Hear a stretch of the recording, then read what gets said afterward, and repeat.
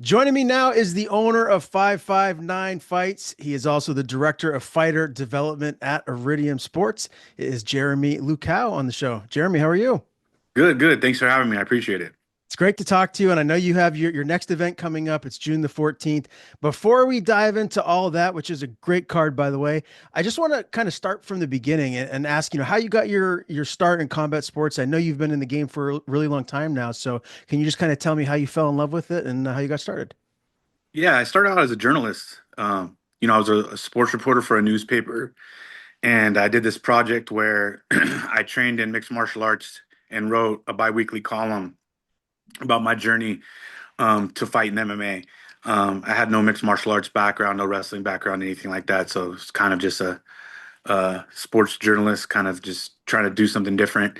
In the process, I started covering mixed martial arts events, the WEC events that were out at the Tachi Palace in Lemoore, California, and really just started to meet a lot of different people and kind of just falling in love with the sport and the people that were involved in the sport. And then after I competed, I started to work for Christian Print at the Palace, setting up events, helping matchmake events, doing all that. So I've kind of just step by step along the way, done everything from setting up to matchmaking to coaching to fighting, anything that you could possibly do in the sport, managing, I've kind of done except for ring girl. Okay, fair enough. Well, let me get your thoughts on MMA media today. How do you feel like the state of the media covering the sport is? Oh man, this is a freaking crazy question. I can't believe you asked me this. I oftentimes complain about MMA media. I feel like if this isn't you, you shouldn't take it as a direct shot, right? But it's like there's a lot of people out there that are just fans, and then they turn a microphone on or a camera on, and they start asking questions, and they really have no journalistic background, so they don't know about journalistic ethics. You know what I mean? Things of that nature. So to me, at times, it could be a little bit frustrating. I love the passion, and I love that social media has made sports these days so easily for us to be able to touch the athletes, right? You know what I mean? To interact with them and all these things. It's great. I just wish there was a little bit more ethics in the media world sometimes. Kind of, it seems like a lot of times it's like everybody wants to be first to post instead of first to report instead of report the right news. You know what I mean? We report half a story versus reporting a whole story, and it's just not the kind of background that I came from. You know what I mean? Obviously, it's a little stricter working with a newspaper, but I just sometimes I just feel like there could be a little bit more ethics involved. Yeah, totally agree. I don't get on X or Twitter as nearly as often as I used to. It's kind of crazy. We're living in a Yeah. weird world now.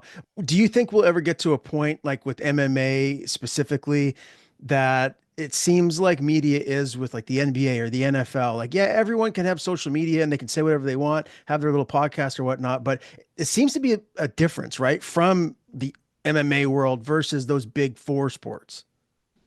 I mean, I still think that's maybe decades down the road in a sense because what makes partly makes MMA so hot right now is that you can reach out and touch a fighter. You know what I mean?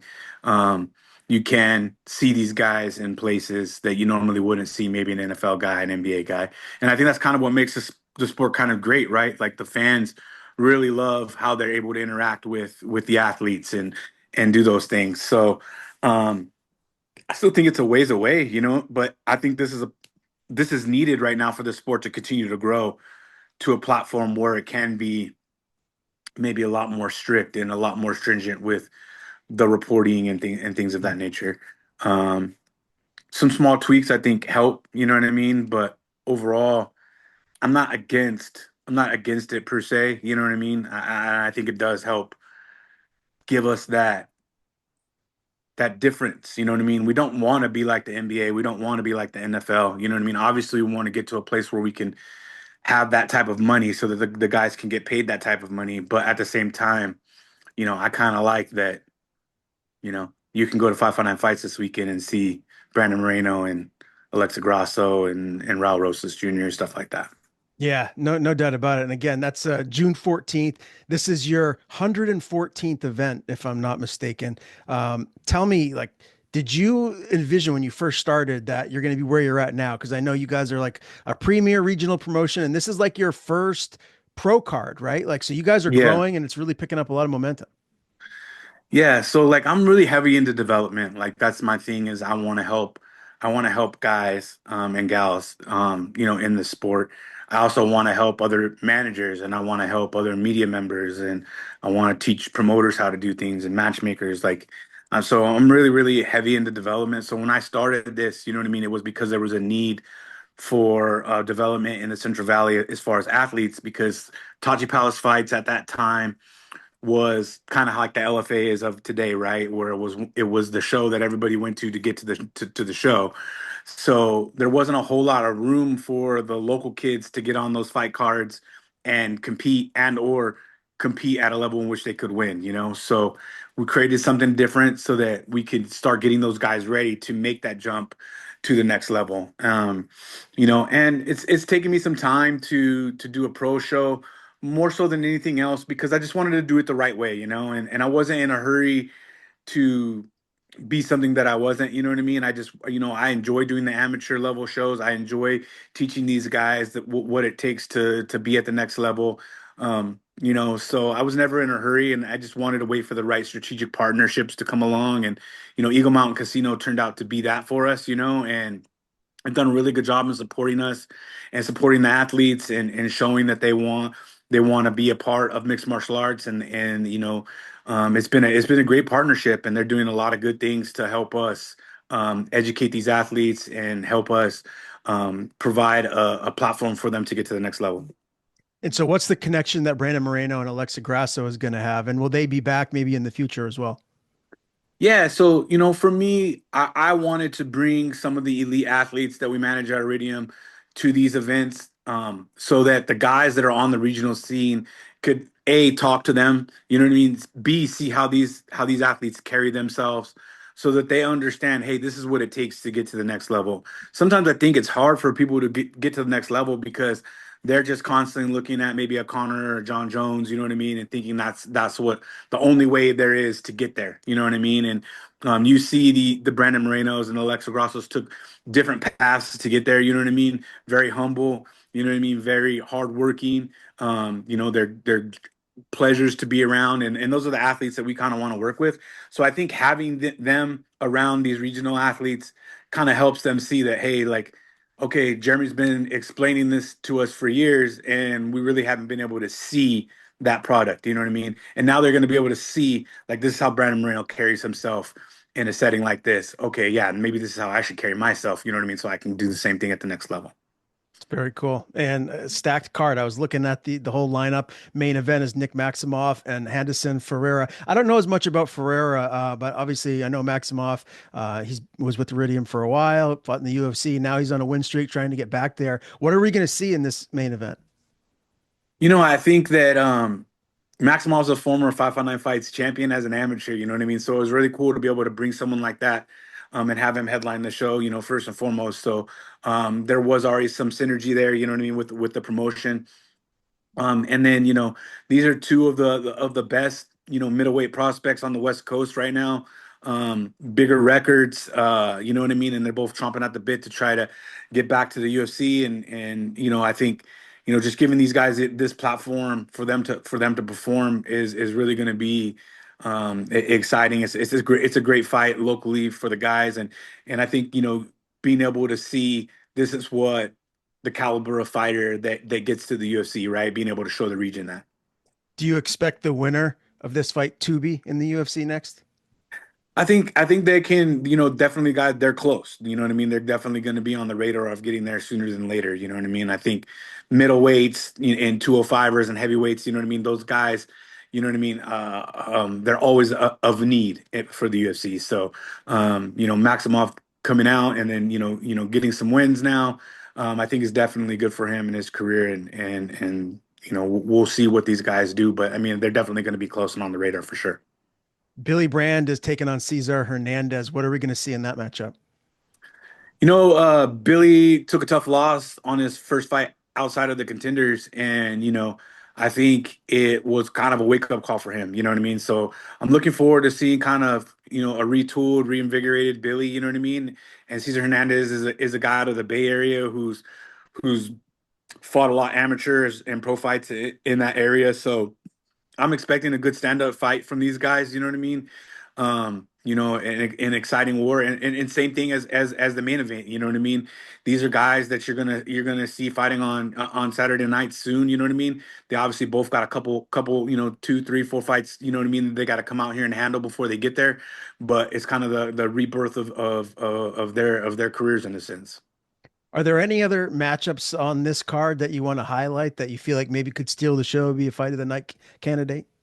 I think locally, people are really looking forward to seeing Enoch McCordle and Bryce Gonzalez. Um, Enoch and Bryce are both former 559 Fights guys who really bring a tremendous amount of people to watch them, but also a lot of excitement in their fights. And then, everyone's been chomping at the bit to see Anthony Montalvo.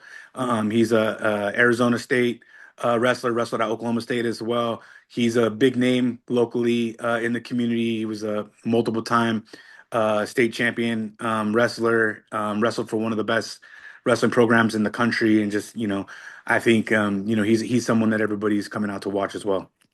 Are there any tickets left? If someone doesn't have their tickets yet and there are tickets left, where do they go to get them? Man, I think we have less than like 50 tickets left, but I mean, link in all of our bios on social media will direct you straight to the ticketing. You can also, if you can't make it to the fights and you want to watch, you can watch on YouTube. Our YouTube channel will have a subscription-based viewing for the show. I think it's like $9 or something like that. And then we're also on local TV. It's called My TV 53, and they stream on the Zeem platform, I believe. So multiple ways you could watch the fights and or attend. You know what I mean? They're also doing a meet and greet with Brandon and Alexa right after the fights. So should be a fun night. And am I saying this correctly? According to Tapology, you have your next six events already booked throughout the rest of this year. Is that accurate? Yeah, I mean, I actually have probably halfway into next year already booked as well. I just haven't loaded them up yet. Wow. Okay. So tell me, this again, your 114th show. What are the keys to running a successful regional promotion? Because I'm sure if there's anyone to ask, it'd be you with all the amount of shows that you put together. Yeah, I think a lot of times people come in and they try to do shows and they try to get too big too fast. Um, Kind of just finding your niche, you know what I mean, and kind of staying in your lane is key and just being consistent. And that's what we've done. It's like, hey, we're gonna do 8 to sometimes 10, 11 shows a year. You know what I'm saying? We're gonna be virtually every month or so. Um, and we're gonna offer 10 to 14 fights. And we just try to do a really good job of staying consistent, putting on a good local product, and then just building up the community. Doing things that are good for the Central Valley wrestling mixed martial arts community, the wrestling community. Trying to highlight and cross promote with the different sports teams that are in the area, whether it be the Visalia Rawhide baseball team or the Fresno Grizzlies baseball team, just things like that. Just kind of really just staying as local as possible and just kind of just staying in our lane. I think a lot of times people get involved in mixed martial arts and they want to be the next UFC versus, hey, let me just be the guy that feeds the guy that feeds the guy to the UFC, if that makes sense. Yeah. I'm glad you said that because like when you look across the country, there's a lot of successful regional promotions, but there's only one UFC. And I think there's quite a gap between the UFC product and PFL now. Can you kind of talk about the future of the sport? And do you think that there's ever going to be a promotion that will legitimately rival what the UFC is doing? Um, I don't know that. I don't know. In my mind, I don't know that there needs to be someone that rivals. You know what I mean? Competition is always great, and options are always great. You know what I mean? But at the end of the day, like if I'm being honest, pretty much every athlete that I've ever worked with has always told me their dream is to be a UFC fighter, right? It's kind of like the UFC is kind of like what our sport is in a way, you know? So, is it good to have other options? Absolutely. You know what I mean? When there's PFL and Bellator and all these things, it was great to be able to send guys to different places. Maybe guys were at different stages in their careers. Maybe they didn't have the right style for the UFC. You know, whatever. There's a plethora of reasons why you can go different directions. So I think options are good. But I think the PFL just needs to be the PFL, you know what I mean? And if there's another, you know, if it's LFA one day that starts to rival all these shows, they just need to be LFA. You know what I mean? Stop worrying about trying to be the UFC per se. Let the UFC do their thing, and I think, regionally, there's more shows popping up across the country than there's ever been. There's probably 100 times the amount of talent that there was 10 years ago. So there's plenty of fighters to go around for people to build. So there's a lot of options out there, and I think the sport's heading in the right direction, and you know people often try times we were talking about it earlier, you know what I mean, about comparing with the NBA or the NFL and stuff like that. And they don't realize that like our sport in comparison is like 1930s NFL. You know what I'm saying? Like we haven't really been around that long, you know what I mean? And we're making great strides, and you know, we're going to continue to make great strides, but I mean we still have a lot of work to do. Like we're still not we don't even still have the same rules across the board. You know what I mean? There's still a lot of you Yeah. mean can you imagine the NFL if you went to Florida and a field goal is 2 points, and then you go back to California and now a field goal is 4 points. I mean, I know that's an extreme thing, but I mean that's kind of what it's like sometimes, you know what I mean? Just this last weekend, right? 12 to 6 elbows were not It's great. okay. Yeah. You know what I'm Yeah. saying? But so we still don't haven't even adopted the same rules. And by that, even medical requirements, right? In California, you got 8 different things you got to do, but if you go to Utah and fight, you got three. You know what I'm saying? So there's just so much for our sport to continue to do and continue to grow. It's not just a financial thing. There's a lot of stuff on the back end we gotta start figuring out and working together. Medicals should be a thing that is standard nationally, that everybody does the same thing. You know what I mean? And if you get a physical done in California, it should be accepted in Nevada. You know what I mean? Or it should be accepted in Arizona. And it's some states don't accept other states' medicals. You know what I mean? And it's the same test. So these fighters are having to go out, retest, and then everyone's complaining that, hey, these fighters aren't getting paid enough money. I agree, but they're also, some of these guys are being forced to pay for medicals 3 or 4 times a year when one test should suffice. You know what I'm saying? So there's a lot of other things we could do to help the fighters besides just getting paid more. Mhm. Just making some of this stuff standard across the board would definitely help. Yeah, and it's a great point you brought up too here in New Jersey with the 12 to 6 elbows. That's perfect example. Can you just tell me real quick how you started a relationship with Jason House and Iridium? Because for my money, they're like the best uh, uh, talent agency out there, period. Ed Cap is so amazing to work with, and you guys are just great. Like, tell Yeah. me how that all started and why Iridium is the premier agency out there. Yeah. So, when I was a promoter at Tachi doing Tachi Palace fights, Jason was just starting as a young manager. And at first, he would send me guys' names, and I was just like, no, I'm not interested, like, and it wasn't because he didn't have good talent. It was more so like I was working with people I trusted at the time. And he was very persistent, kept on, kept on, kept on, and finally he was able to finish. I think he like, he stepped in and uh, got a last minute replacement for one of the fights that I booked, and he came up, met him in person, you know what I mean? I think I needed some things like some ring girl outfits or something like that. And he helped track some down for me, and it was like, it was very helpful. And him and I just kind of started to build a relationship, you know what I mean, as promoter manager at that time. And then when I made the jump to start 559 fights and kind of go off on my own path and not work with the casino anymore, he called me and was just like, hey man, like you've put more guys in the UFC in the last, 5 years than anybody out there. Like I'd really love to work with you. You got an eye for talent. You know what I mean? Have you ever thought about being a manager? And I was like, no, I've never thought about it. I don't think that I'd be very good at it because I'm not like the best people person in the world. I'm more like to be behind the scenes, and he was like, that's what's going to make this great is I'm a great people person. You know what I mean? And so the more we talked, the more it was like, okay, the things he's really good at, like those are my shortcomings, and the things that he's not so good at right now, you know what I mean? The organization and some of that stuff, like I'm really, really good at. So um, we kind of were just like a yin and yang, and we just started. And at first, we got some guys to the UFC in this little stretch, probably like 4 or 5 athletes, and they weren't ready. You know what I mean? And I think quite a few of them went like 0-2 and they got cut. And then we kind of like took a hard look in the mirror and were like, hey man, we need to make some changes. Like we need to, instead of like just getting these guys the wins that they need to get to the UFC, like we need to start preparing them to survive in the UFC more than anything else. Not just get there. Like, hey, people are getting guys to the UFC, but hey, what can we do to make sure our guys are getting there and staying there?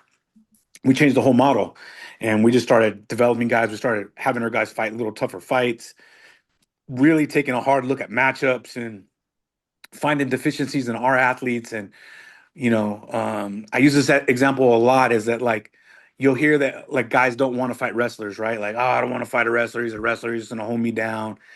And I always tell my guys like, I think you should fight wrestlers. And then they're like, why? And I'm like, okay, you might take a loss or two early on, but how are you going to get your wrestling any better if you never prepare to fight a wrestler? Because if you're fighting a wrestler, guess what you're going to do more in the gym? You're going to wrestle, so you're going to get better at it. And guess what? When you get to the UFC, 95% of them can wrestle. Even the guys that are strikers wrestle well, so you're going to have to wrestle well at some point. So you need to practice it. So we started doing some stuff like that, you know what I mean? Where we weren't shying away from some of these matchups. We're putting our guys in position where they had to work maybe a little bit harder, and it wasn't as easy to get a quick win or a highlight reel knockout, but we were actually preparing them to stay in the UFC longer.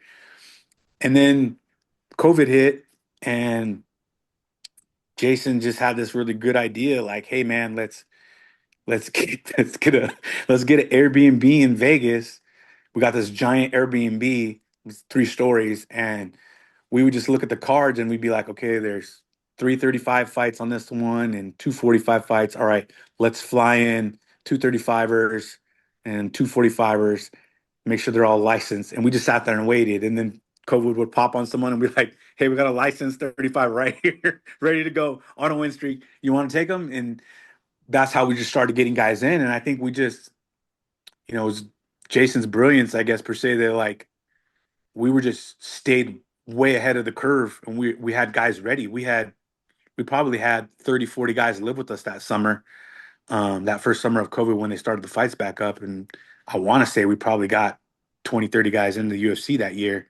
And that's when we really started to like pick up steam.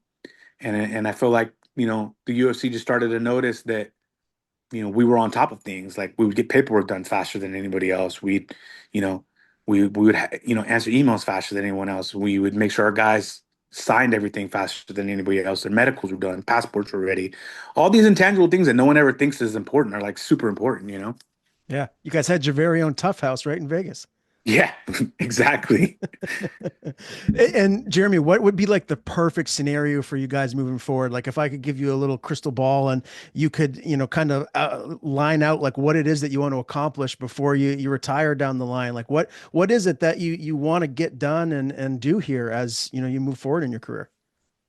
I mean, I don't know if there's anything that I can like pinpoint, because for Jason and I, it's really like we love what we do so much, and we're so passionate about development and working with guys and being so close to our guys. Like I always joke with Jason, I'm like, we probably have 10, 15 people working with us now, and like Jason's still going to Atlanta this week. And I'm like, Jason, you're the CEO of the company. Like you're not an agent anymore. You know what I'm saying? But he will never not be an agent.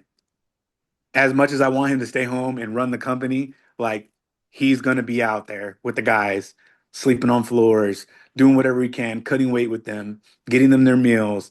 Like you just can't take the agent out of him, and I just don't think you can take the developmental side of things out of me. So I don't know that there's like these big grandiose things that we have planned or anything like that. Not saying that we don't have ideas and strategic things that we're trying to do, but I think at the end of the day, it just it just remains being good people, working hard for our clients, understanding that we work for them, they don't work for us, loving our guys, win, lose, or draw, and helping them understand that there's life after fighting, and that we really need to focus on making sure that they save money, they invest in the right things, that they're planning for that life after fighting. It's not necessarily, everyone always says like, oh, if you start working on plan B, you're taking away from plan A.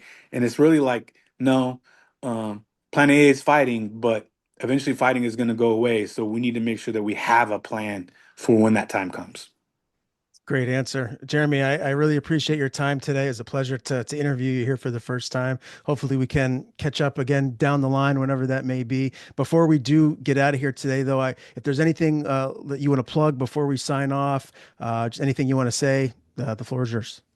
Yeah, I think, for me, the big plug is just, for the people out in the world that and the fans that they want these fighters to make more money. They want all these things, and which are all great. It comes at supporting the fighters, right? And you support a fighter by buying a ticket, by buying a pay-per-view, by buying a t-shirt, by buying a beer at the venue. You know what I mean? I think if as a group we spend more time helping each other in those ways, I think we'll get to the common goal of helping each other and helping these guys get to the next level of pay, et cetera, and so forth. Because, I'm on both sides. I understand what it's like to be a promoter and be on fight day and understand, oh man, we don't have enough money to get through this. You know what I mean? This is gonna be a tough one. I've lost 15, $20,000 on an event before. I know how hard it is to bounce back from stuff like that. So if we start supporting the shows on the regional level, and we start supporting the fighters on the regional level with sponsorships, all those different types of things, I think we'll be a better community overall.